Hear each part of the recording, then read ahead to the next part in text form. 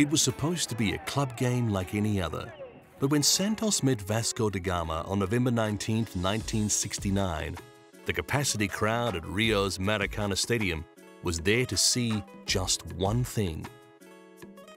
They wanted to see Pelé score his 1,000th goal. With Santos playing in their away strip, the game was hard-fought as usual, and as full-time approached, Pelé remained scoreless. It looked as though the game would remain locked at 1-1, and the Santos fans would have to wait to see history. But Pelé was brought down. The referee pointed to the spot, and Pelé became a legend.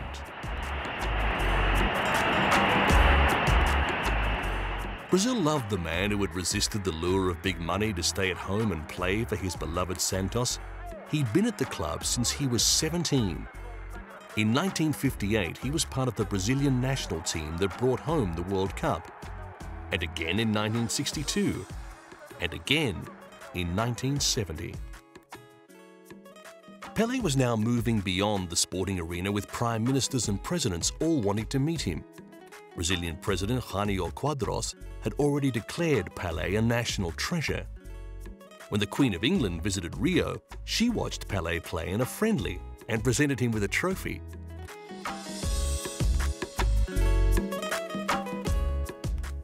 Brazilian playwright Nelson Rodrigues anointed Pelé the king, and it was not long before he was crowned in front of the cameras. Ultimately, he would receive the title Athlete of the Century from the International Olympic Committee. Santos was enjoying so much attention now thanks to its star striker that the team embarked on a series of exhibition matches which spread Pelé's fame even further and made him the world's most highly paid team sport athlete. In 1974, he announced his retirement, but in 1975 took a $7 million contract to play with the New York Cosmos, leading them to the championship 2 years later. Now European teams were keen to play Cosmos, and Pelé did a huge amount to lift the profile of soccer in the United States. Finally, in 1977, after a friendly against his old team Santos, where he actually played the first half for Cosmos and the second half for Santos, he announced his retirement. You know, I feel very, very, very sorry because I love soccer. And it's like a part of my life I lost. But it's very important when you stop in good shape, when you can't stop in good shape. Of course, I'm gonna miss a lot. I'm gonna be around, I'm gonna stay in a nice state. I asked to the coach if I can practice with the teammates sometimes. But it's important you stop when you are in a good position. But Pelé's retirement remained active as he started traveling the world giving workshops and skills classes.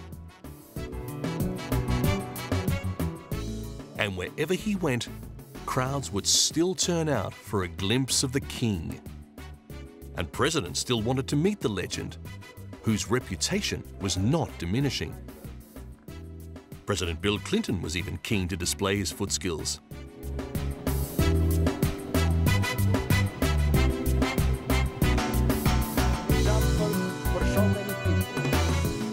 In 1995, he was appointed a UNESCO Goodwill Ambassador, having already been asked to serve as a United Nations Ambassador for Ecology and the Environment.